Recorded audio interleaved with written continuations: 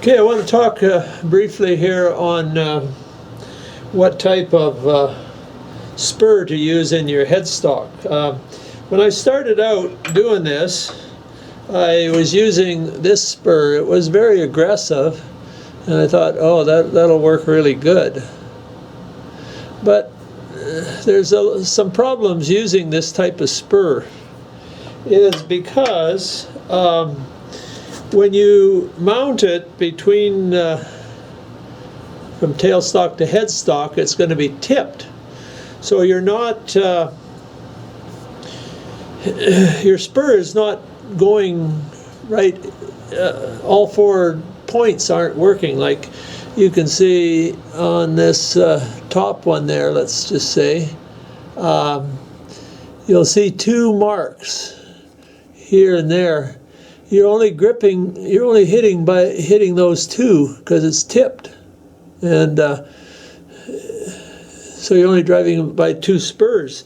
And this was one of the first ones that one of the beginnings ones that I did. I actually threw quite a number of them away because remember what I said about making this circle too big? I thought, oh, cool. Make it offset a whole bunch, and then it'll be really wonky. But it's really wonky, all right. There's not much left of it. You can see on this one here, I think that might have been the first one I was doing, it split the wood out there because your points go to the outside. And if you get these points too close to the outside, it's going to split out. I'm not saying that you can't use a Spur Center, but it just, you have to be a little bit more careful and not have this first circle too big. That's an example, too big. And then, well, you can see what happened here. It ripped the side right out with a little bit of catch there. Of course, most of you don't get catches or anything like that, so, but whatever. Anyway, that's the problem there.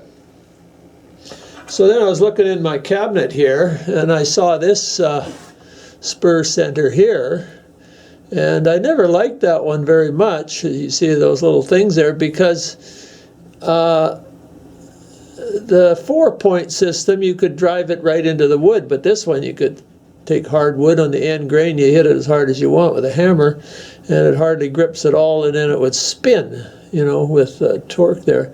But this is the ideal one to make, to use with this type of turning, because there's a lot of points, and they'll drive in a lot better because you're only on one side, and you're not doing it all the way around. So anyway, I'll do the whole thing with this one here.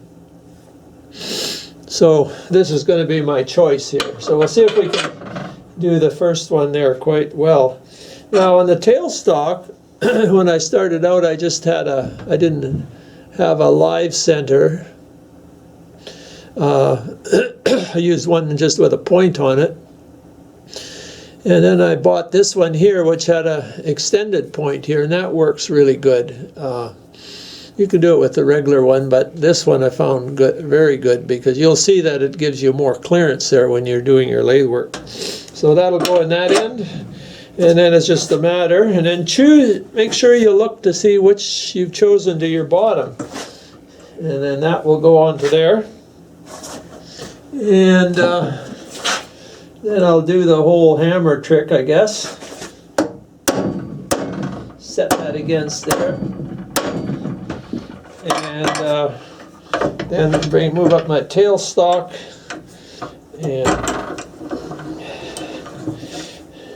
and we're ready to make some chips.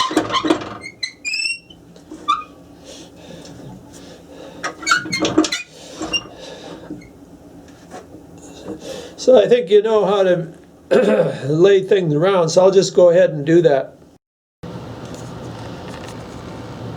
Okay, now it's round. It sure made it nice with those corners off. It just sliced in, and shavings coming off very quickly like. Okay, the next thing we do, we have to make a, call it a dado, or rabbit joint actually, on both ends.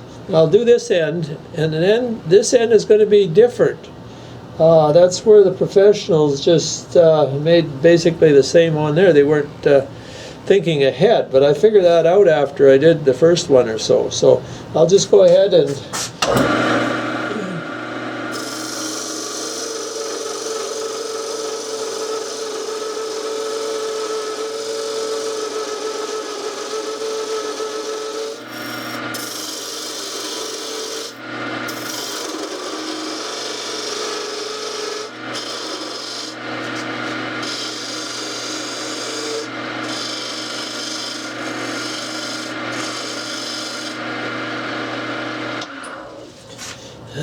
now you'll notice I went in farther in, and then I did it, and then I put some and I tapered this off here a little bit.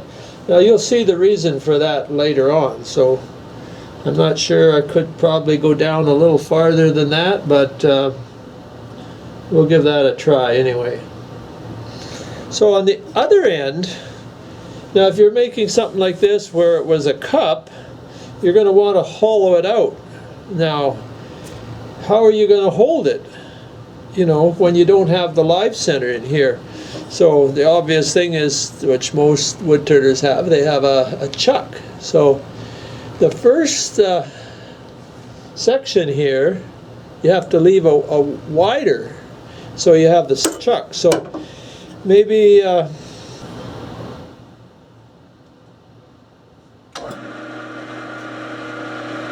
this end I'm going to leave wider, so I have room for that chuck. So I'll come in a reasonable distance.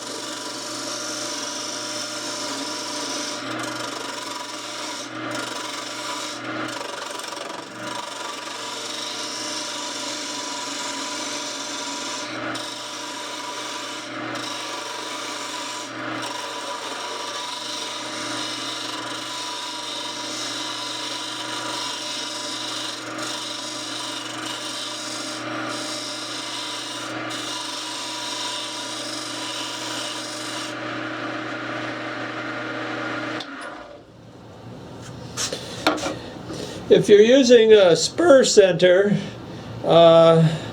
leave the outside pretty well the full width, so you have lots of fibers there to grip it with. That other Spur Center that I have, it's going to grip it in a circle there, and it's not near as important. So I cut that down somewhat more. So another thing that they say to do before you we offset it is to mark these black.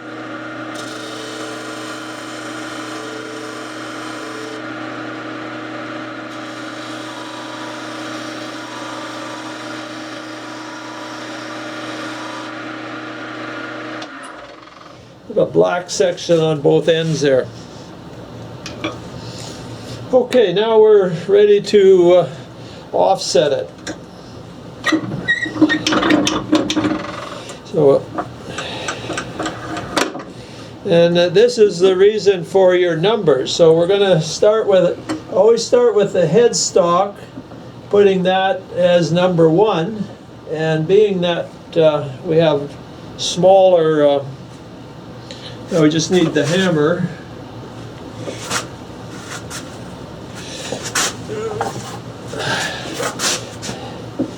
Fell on the floor. Okay, so we go to number 1 on the tailstock and number 2 on the tailstock.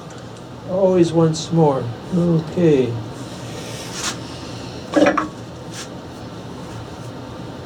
And then I tap that on. Those things bite right in there really nice, that style there. Tighten this up. And that circle could have been smaller. That's got a lot of offset because you go, it doubles it from corner to corner there. Okay, the next thing to do is to adjust your tool rest so it clears the work there.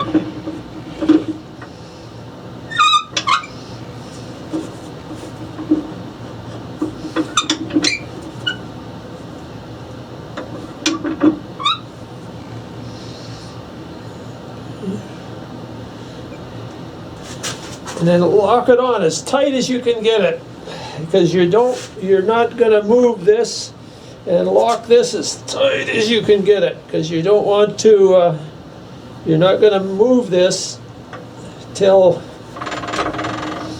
we're done. Okay, so we're ready to start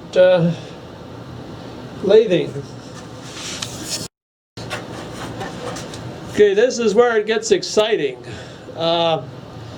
You're going to have something going, wobbling like crazy, and you use a fairly high speed. I'm using probably 2,000 RPM here, which is quite common for spindle turning. So a good face mask is 100% important. So because you're going to be standing in front of it, and you don't want to have a broken nose or broken jaw or an eye out, so use one of these. Now tools, what are you going to use for tools? Well, I've used this, I found that I use this large gouge quite a bit, especially when I start out, and it's worked well for me. You'll use something that works for you. And then I have a spindle gouge I'm using too. Well, no, this is the bowl gouge. I haven't used the spindle gouge much on these things, but I found either one of these tools work fairly well. So we're ready to roll. I've taken everything off the lathe that can vibrate and fall off, so let's move this up a little closer. Okay, what are we going to use for tools? Well, I've found this tool fairly successful with this large gouge. It's probably not the best thing to use. Another one that I've used, of course, is the spindle. This is a bowl gouge. I've got it sharpened as a 40-40, and it'll work. Spindle gouges possibly, but I'm not so certain. I'm not a professional turner, so I kind of use what works for me. So we'll get this turned on, and we'll see what it looks like. Okay, we're ready to roll. Actually, we're ready to turn, I guess. Stand to the side when you first turn it on. Now, I said to stand way over here and just start on the corner. Using the bevel as a guide, you're not to take off very little.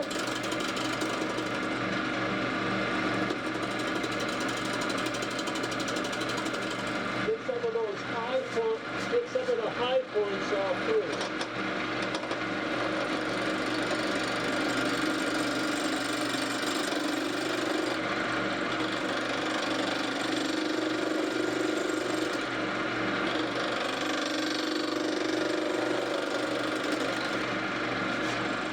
And then go to the center.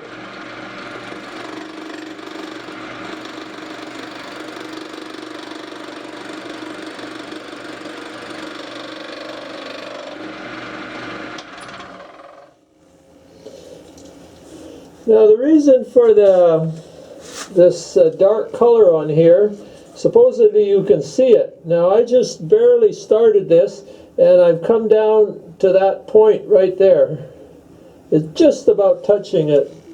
And I thought I was, in this time the tool just touched the black part, so we don't want to come down any more on the ends. On the ends here, we have to, now we'll work on the center here.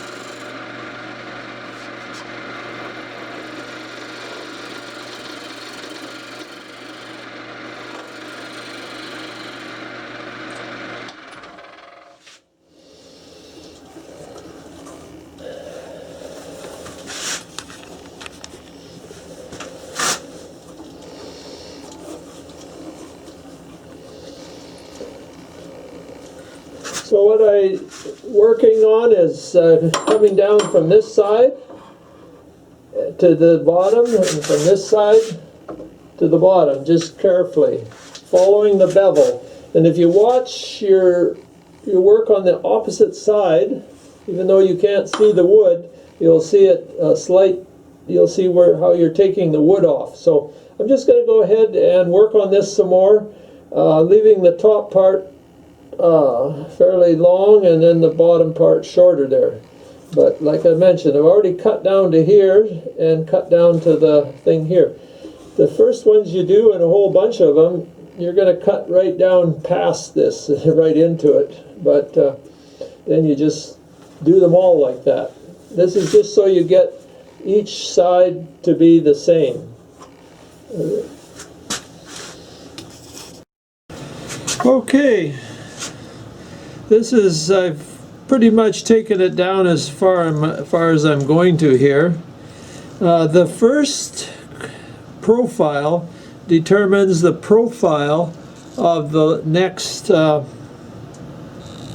two cuts. We've got to do this, cut this twice more with exactly the same profile in order for it to come out, and that's where the difficulty comes in. So there's a couple tricks that we can do to help us fix that, help us do that, which I'll show you in a little bit here. But now is the time we have to have faith that this is going to work out, and we're not going to goof up. Of course, this other Spur Center helps it a whole lot. Is we have to sand this, get this all sanded up here. And the only way that I've figured out to sand that is use a drill with a sanding pad as it's spinning. Otherwise you'll round off your corners and your corners won't be sharp. So I'll get that set up and start that. Okay, sanding, as I mentioned, this is what I'm using here, angle drill. Some people just use a regular drill, but this one's basically a 90 degree. There's better ones than this, but so much better to use than a regular drill. A regular drill pokes it out there. This one you can hold it tight right in here, and you've got control. If you have a pistol grip type regular drill, it's just super awkward compared to this. But anyway, I will use this. These things here, I make these, and I'll show you in another video how to make these. I've got different ones with different softness, and this one's quite soft, so I wanted to get down into this curve here a bit more. So that's very easy to do.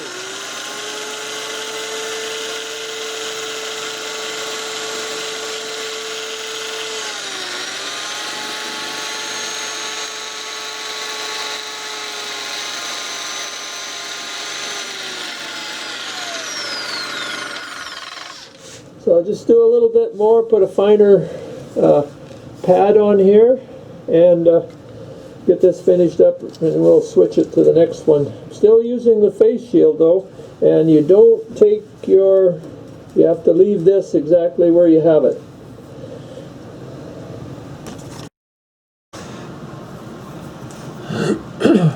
Now before you take this off and go to the other side, there's something very, very important to do, and you'll most likely forget the first time or so, and then you have to reset it. And that's, we have to figure out the distance from here to the tool rest and what position. So you can use a stick, you can use a caliper. I'm going to use this pencil here. It's got a nice soft end, and I'm going to put a mark on it right there. Okay, I'll bring it down to that point, and then right there, this probably won't come out, as you put a mark here to get the position. So the next one that we do is got to go to that depth at this position. Very important. one of the most important things to do.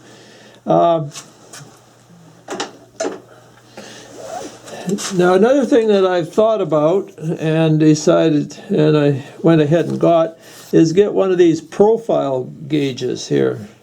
So if we figure this out, we can put the profile gauge in there and get that all in there.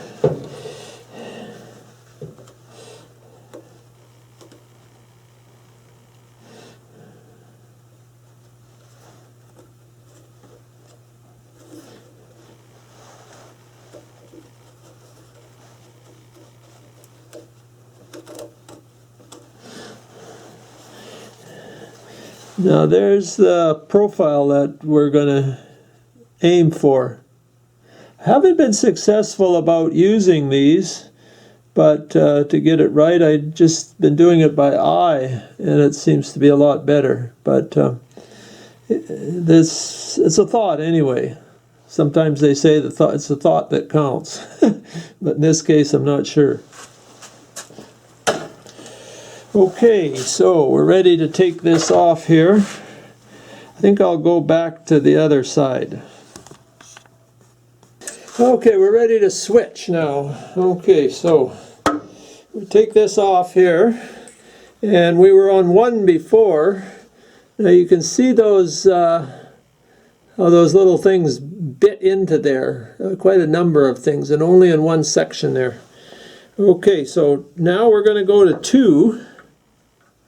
Here, and we're going to go on to 3 on the other side. Last time we were 2, and you go 1 more, and that seems to be okay. And we'll give her a few bangs with the hammer to set that into the, tighten this up. And we're ready to start the other side now. Remember what I did last time? I laid the ends, just bringing it to the dark spot. Did both of them here. Just about went down too far. And so now it's going to be really wonky. So we'll stand to one side and turn it on.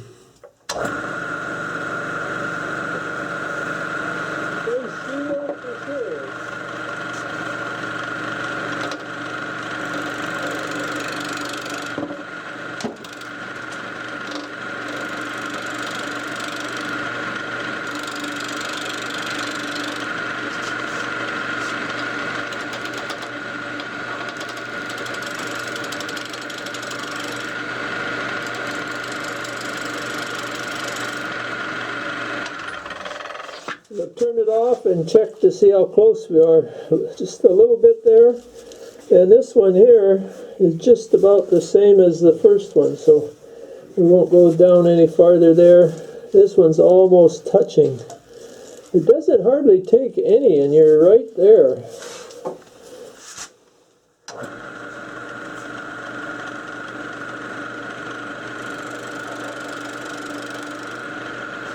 We'll work on the center.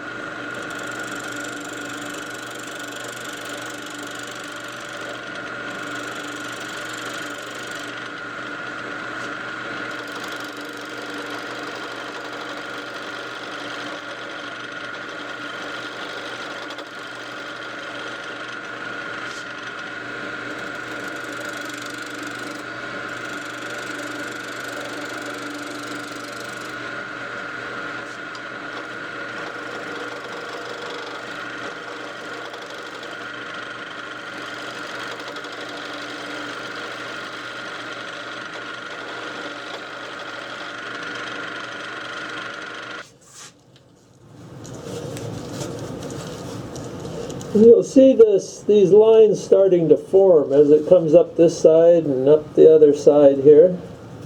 And so I'll just continue working on that. You work from one side and the other side, and you just take in small amounts off. And if you look beyond on the opposite side you're turning there, you'll see the profile starting to take place there.